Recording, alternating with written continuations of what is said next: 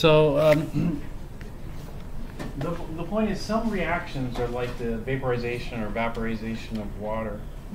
You know, we get partial evaporation of the water, not complete. The swimming pool is not going to completely evaporate.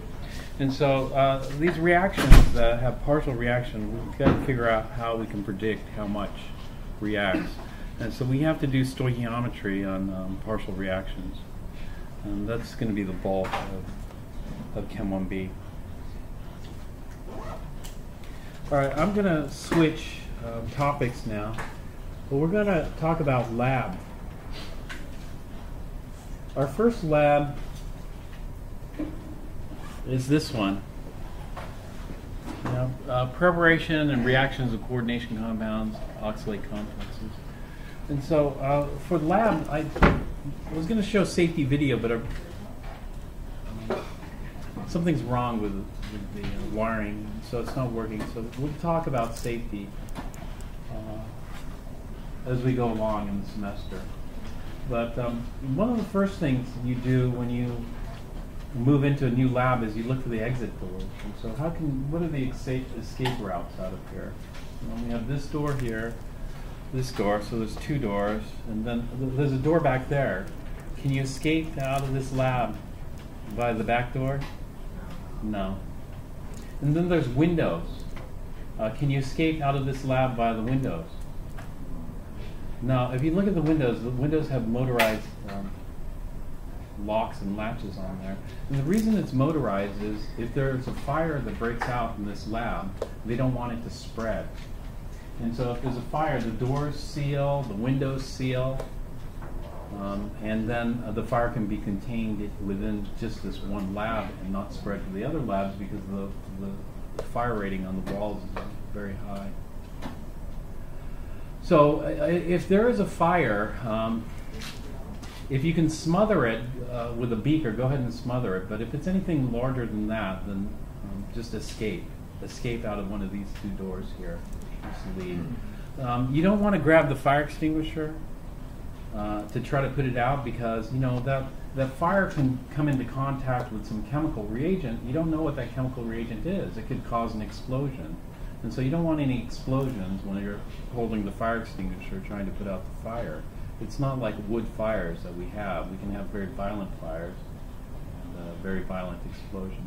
And so the safest thing to do is if there's a fire, just leave. You know, escape out of this. If there's an earthquake, and we're going to have an earthquake drill, what should we do? You know, we got a lot of glass. Do you see all the glass on the hoods there? If there's an earthquake, is that glass going to shatter and shoot flying shards of razor sharp glass all over the room? No. The glass is safety glass. If the glass does shatter, you know, there's some polymer film in there, it keeps it together, so it's not going to. But still, we want to avoid it. You know, there still could be sharp edges. And so what they say, you know, in this lab, you know, you can't duck underneath anything. And so they say shelter in place until you can escape out of the lab safely. And so we're going to have that earthquake drill. What we're going to end up doing is escaping and going out into the field there. Regroup. Okay, those are the escape routes out of the lab. Now, some things we don't want to escape. So, for example, if you spill chemicals on you, you know, the best thing is just stay in the lab and wash them off. If you look at your sinks, you know, most sinks will have a handheld shower. If the lids are off like this, you got to worry about contamination. And so if your lids are off, you know, this is what was happening this morning. You want to clean them up, just so there are no contaminants in there. So in case you do have to use this, you aren't going to shoot any chemicals in your eyes. But this is an eye wash fountain. An eye wash fountain can double as a safety shower. You know, so if you spill some on your skin, if you spill some chemical reagent on your skin, you're supposed to rinse it off for how many minutes? 15 minutes. And that's because the reagents get absorbed into your skin, and it takes some time to wash off. If you do get a splash of chemicals in your eyes, how long should you rinse for? What's the minimum amount of time you're supposed to irrigate your eyes? 15 minutes. It's the same, 15 minutes. And so, and the reason that you have to rinse, because, you know, after 1 minute, if you, and I've gotten stuff in my eye, after 1 minute it feels a lot better, but it doesn't necessarily get everything out, because your eye's like a sponge, you know. And if you have a wet sponge, you know, how long does it take to clean a wet sponge by irrigating it with water? A long time, right? At least 15 minutes. So go ahead and irrigate. Now, all these sinks do, and if you do get something in your eyes are going to be burning, and you probably aren't going to be able to see. So if you see somebody with their eyes closed and they're grimacing pain, and they're looking for the eye wash, help them out. You know, grab the eye wash and you help spray them. Hopefully nothing like that will happen this semester, but you never know. And then we do have this eye wash over here, but you know, this eye wash over here is not going to see much use. It's kind of a long distance from your lab station, but maybe it's more convenient. We do also have a safety shower here. This would really dilute you. So if you need a lot of water, you can come here. If you need not that much, you can use that. And don't worry about getting the water on the floor. In fact, if I showed the safety video would say, don't worry about removing all your clothing if you go under the safety shower, because if your clothing gets chemicals on it and it's in contact with your skin, you want to remove it, because otherwise it's going to cause more severe burns. One thing that happened, and then this happened to me. I was camping and I had big hiking boots on, and I had a pot of water. You know, I was gripping a pot of water, and it slipped out of my little grip handle and spilled on my leg.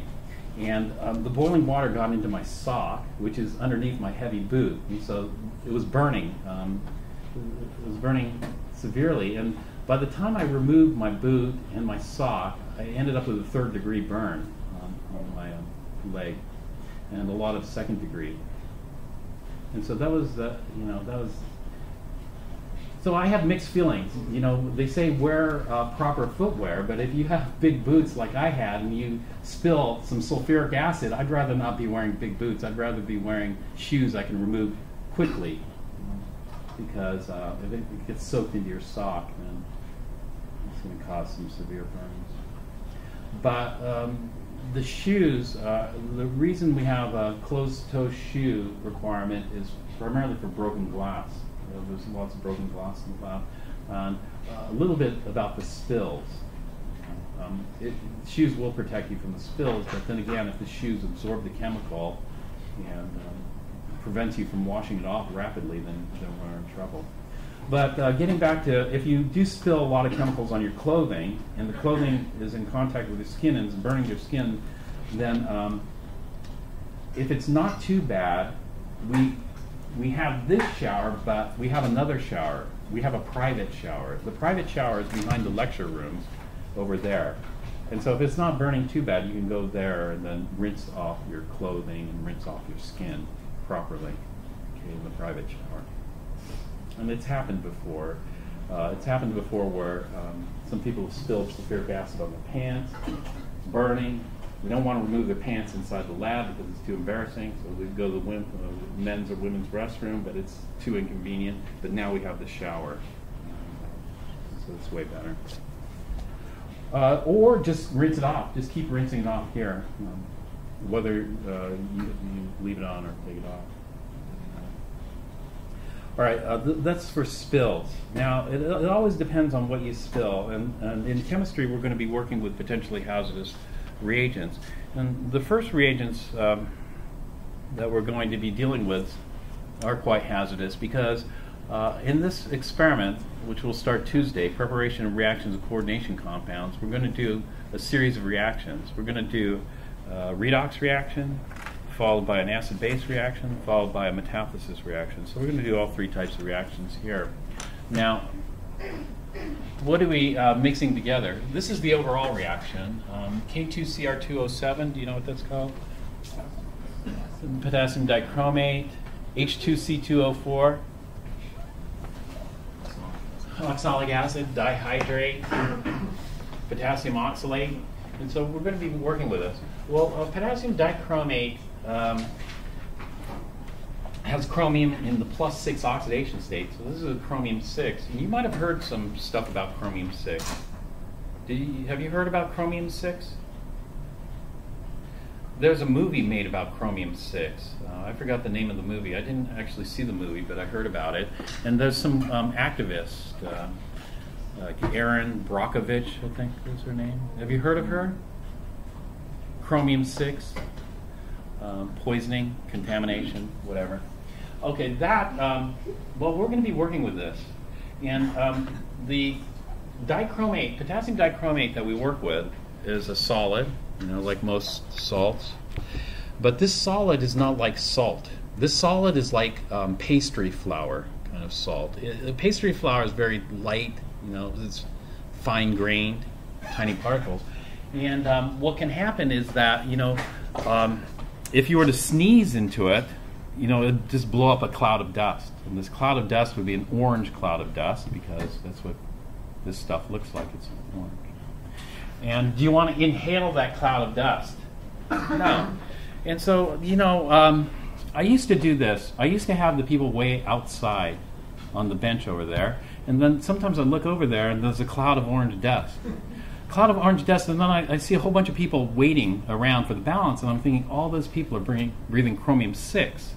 And maybe it's a good thing they haven't seen Erin Brockovich or the movie, or otherwise they'd probably be freaking out about now, because chromium 6 is not healthy. It's not good stuff. So what you want to do, and what we want to do, is we want to minimize, our exposure to this and maximize our safety. And so in order to do that, we have lots of these hoods. In this lab, we have the most hoods. We have the most hoods because we work with some nasty reagents. So, so what we're going to do with the potassium dichromate is we're going to weigh this in the hood. That way, if somebody accidentally creates a dust cloud of potassium dichromate, it just gets sucked into the hood filters rather than everybody inhaling it, because there's positive pressure. There's wind always blowing in.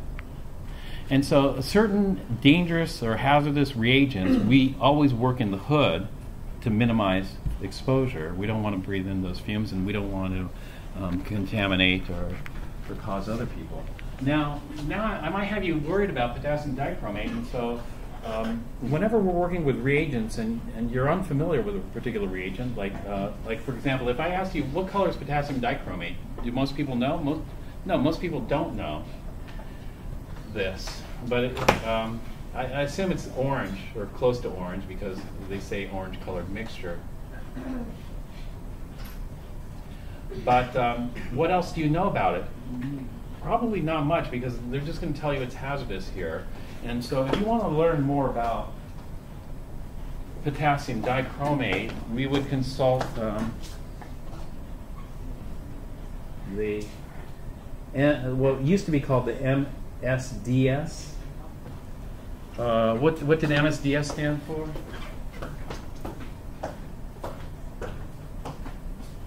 It's now called the MDS.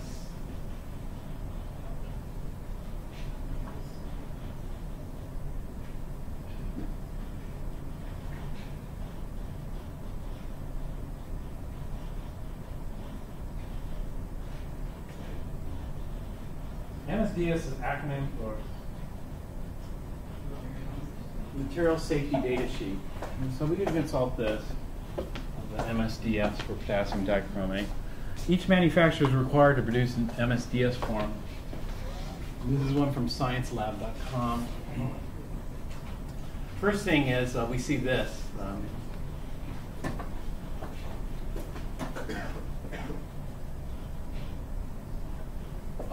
Health is 4. A health reading of 4, is that good or bad? A health reading of 4, good or bad? Bad. What's the worst? 10? 5? No, 4 is the worst. It goes from 0 to 4, 4 being the worst. So health reading is bad. Right? Unfortunately. But even though the health reading is bad, you know what gasoline, you know what health reading gasoline gets at the gas station? 4. Do you want to be drinking gasoline? Just like you don't want to be drinking water that's contaminated with chromium 6. And so we're careful with that. So these help, you know, I don't know. I don't pay too much that much attention to these, actually. You know, you just try to handle most things with respect. The fire reading is 0. Fire reading of 0, what's that? That means no worries. If it's 0, then if a health reading, you know what sodium chloride is, health-wise? A 0. Sodium chloride is generally regarded as safe. Generally regarded as safe, as has an acronym. But a fire reading of 0 means, hey, we don't have to worry about it. But no, dichromate's nasty stuff.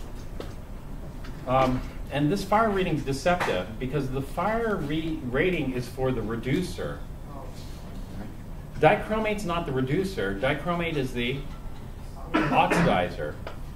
And so this is like saying oxygen. Oxygen has a flammability rating of, or fire rating of, 0. Oxygen would have a 0. But you need oxygen for fire, just like you need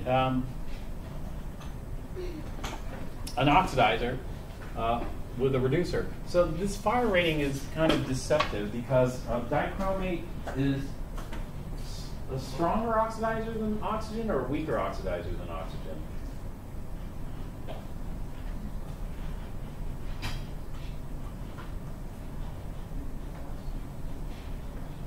Did you guys look at the chart recently?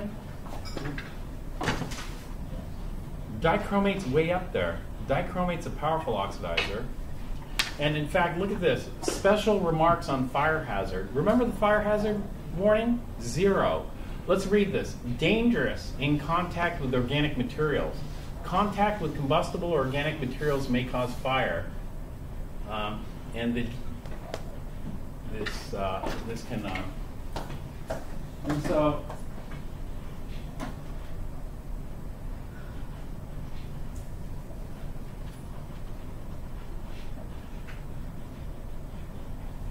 there's one more. Let's read the one more. We'll continue down. We'll get to the toxicological. Let's look at the stability and reactivity data. Special remarks on reactivity. Reacts violently or ignites with ethylene glycol above 100 degrees C. Does that sound like not a fire hazard?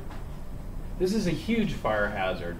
If you mix potassium dichromate with combustibles, combustibles being organics or readily oxidizable materials such as paper, wood, sulfur, aluminum, iron, tungsten, sulfuric acid, and acetone, boron, glycol, sulfur, plastics, you're going to get a fire, a violent fire. And so you have to watch out. Their fire rating is deceptive because this is dangerous stuff. Now, if we look at the toxicological information, they'll tell you, that this is actually there's a whole bunch. You can go, but this is classified A1, confirmed carcinogen for humans. Do you want to still use that stuff? You probably don't want to touch it. There are other toxic effects on humans, so you should familiarize yourself. But we can totally minimize our contact with potassium dichromate, such that the risk is very, very low. And so that's what we're trying to do. In chemistry, we're trying to train ourselves to work with hazardous materials. It's like gasoline. Gasoline's a carcinogenic material. But that doesn't mean when you go to pump gasoline into a car, do you inhale the vapors? No. You wouldn't. Would you drink it? No, you wouldn't do that. And so you take certain precautions to minimize your exposure to carcinogenic materials like gasoline or whatever else.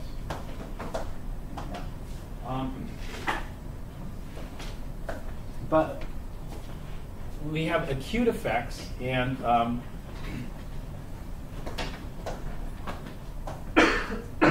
going out of order here.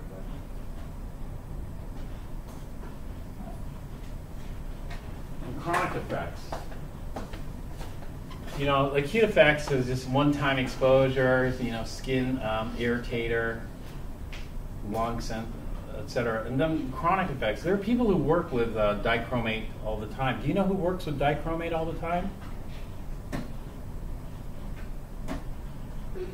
Do you know what dichromate's used for? Tanning leather. And so, you know, people who tan leather, they're handling the dichromate quite a lot. And so, this is Prop 65 warning for them. Well, anyway, this is dichromate, so we want to minimize exposure. We're going to weigh it in the hood. We're going to avoid touching the stuff. In fact, if you have gloves, that's even better. Bring them, the nitrile gloves. And then we're working with oxalic acid. Is oxalic acid okay? Is oxalic acid like citric acid? You know, citric acid you can eat. Acetic acid, can you eat this stuff? Yeah, acetic acid you can eat. So citric acid, acetic acid, salicylic acid. Can you eat salicylic acid? Salicylic acid? Yes. Ascorbic acid? Would you want to eat oxalic acid? No, don't eat oxalic acid. Oxalic acid is toxic as well. Oxalic acid causes kidney stones. And so you want to avoid contact with oxalic acid too. And so this first lab doesn't seem, it doesn't seem so safe. But as long as you take extra precautions, there should be no problem. The exposure should be 0, minimal. All right, let's move on here. Now, what we're going to do is we're going to do this lab. There's actually 4 labs in here. There's synthesis 1, synthesis 2, which is a copper complex. And you might go, why don't we make the copper complex instead? If we made the copper complex, then copper salts are a lot less toxic.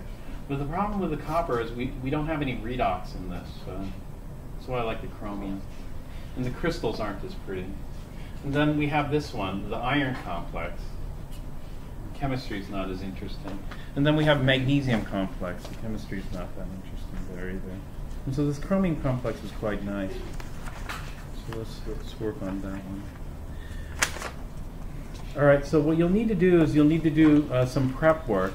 And so the prep is just to read through the lab and then read the procedure that we're going to be using. And so what I want you to do is before lab on Tuesday, I want you to prep your notebook. The notebook prep, let's go to the cover here.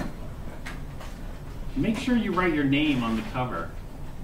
Sometimes people forget their notebook, either here or in the lecture room, and have no idea whose it is. But if you have your name in there, then you can turn it in to the lab. Somebody might turn it into the lab and you can find it. This is going to be Chem 1B. So that's the cover. And then on the first page, we'll have a table of contents. Some notebooks, the $15 notebooks will have a table of contents already there and they'll have printed numbers on the pages. But if you have the less expensive one, then you'll just write the table of contents here. Leave it blank for now, and then put page 1. And then on page 2, now you can write on just one side or you can write on both sides. I like to write on just one side. I leave the back side for miscellaneous notes or random thoughts. For page 2, we're going to start our experiment. And this experiment, we can just say it's a synthesis lab. We're going to synthesis a chromium complex. This is a very general title, so we'll put a title here. We can put a purpose here. You don't have to. The purpose is to synthesize a chromium complex, but it actually goes beyond this. It's my purpose is to look at this redox, this acid base, and this without this reaction.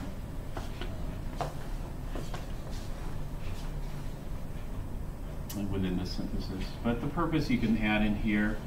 And then what we're going to do is we're going to divide the page. 2/3 here will be for the procedure. And the other third would be for the observations.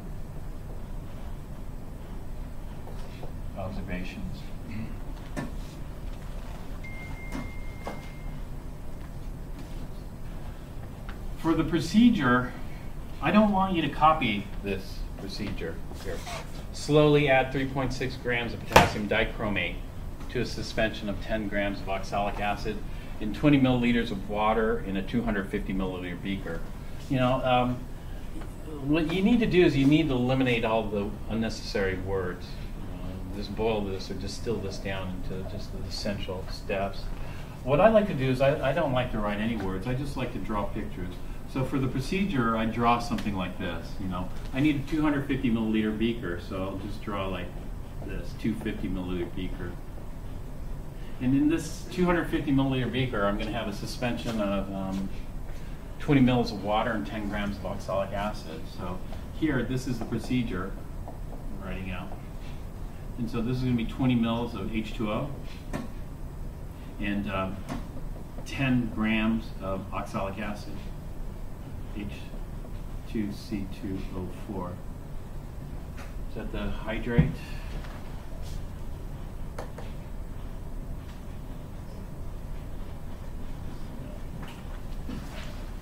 10 grams of oxalic acid. What if you got 10.04 grams? If you got 10.04 grams, are you going to remove that 0.04 grams out of there? No. And so the procedure tells you what you should have been done. The observation tells you what you actually did. You know, it's not even worth it. You just go 10.04 grams. Just write it there, rather than 10 grams. And oxalic acid, do you know what the color is? Does your neighbor know what the color is? If it's not widely known, then you better write what the color is. Is it white? Yes. Oxalic acid is white. Is it a granular powder, or is it finely divided powder, or is it even a powder, or is it large crystals? You know, what's the form? And so it's a white solid, but we can get more descriptive. It could be a pasty solid or a highly crystalline solid. And then what we're going to do is we're going to slowly add 3.6 grams of potassium dichromate. And so what I'd write here is just 3.6 grams of K2Cr2O7. But you know, it's hard.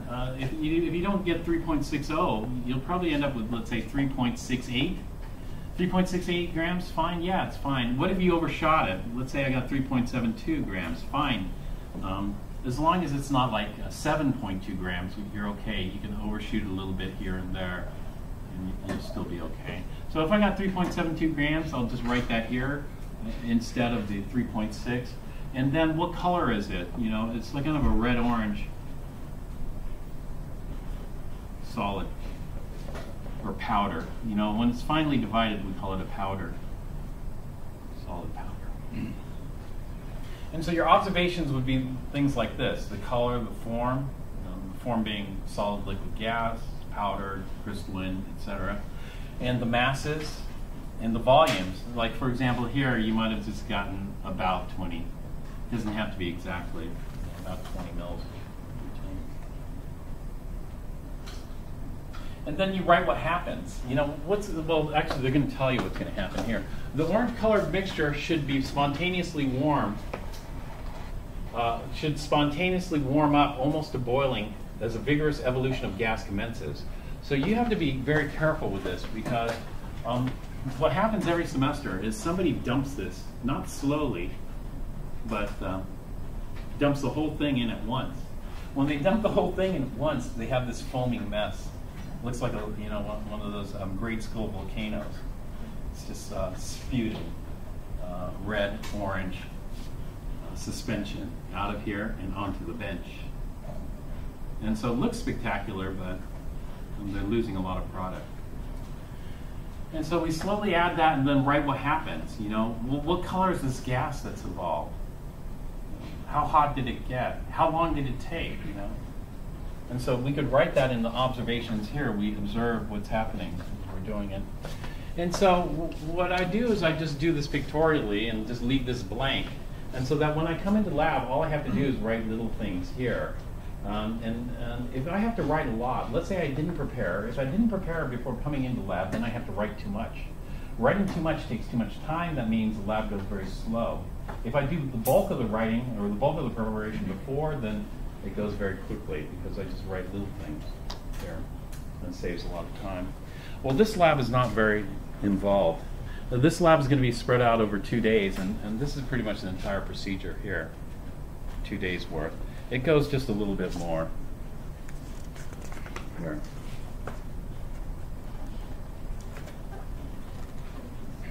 This is it.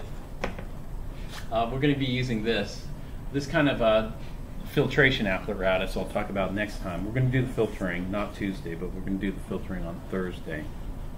Unfortunately, Thursday I was hoping to do the exam for Chapter 13, but I'm going much slower. So Chapter 13 I'm going to finish next week. If I finish Chapter 13 today, then the test would be next week on Thursday.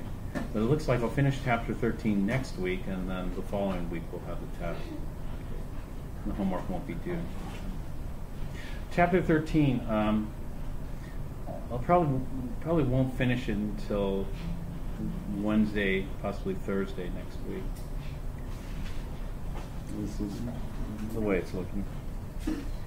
All right, are there any questions on the lab prep here? So do we need to like draw a diagram for the procedure? No, I'll leave it up to you. A lot of people, they don't like drawing diagrams, you know. Some people will just write out the procedure like this. But you should get, you should get in the habit of doing this, whether you write out a verbal procedure or you write out a pictorial procedure. Because as you go on in chemistry, especially organic chemistry, the labs get longer and longer, and you have less and less time. And so an issue comes up finishing in time. For Chem 1B, most of the labs we do, you'll have enough time. But there are for example, when I was taking organic chemistry, each minute we were overtime was a minus, I think 5 points or something like that. And so if you didn't finish lab, well, you had to weigh it. Do you want to take the hit from staying overtime, or do you want to take the hit from not having a completed lab? Figure it out. The thing is, you couldn't stay overtime very, very long because in 5 minutes or 10 minutes, the next class was coming in. There's those types of labs, and then there are the open labs. Open labs is you can spend extra time in.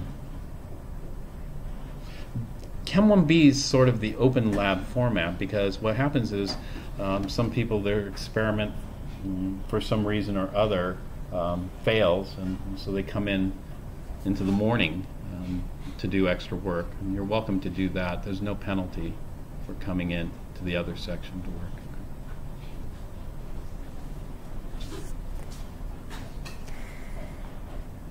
All right, so this is the lab book, but you have the photocopied version of this. Now, the last thing we're going to do today is check-in. So is everybody familiar with the check-in procedure? Yeah? Okay, go through your equipment, make sure everything is there. If anything's missing, you'll get a replacement in the stockroom. Also, make sure nothing's broken. If anything's cracked or damaged, make sure you get a replacement. If it's excessively dirty, you can ask for a replacement. Make sure you get that all taken care of today because next week they aren't going to allow you to replace anything without charging you.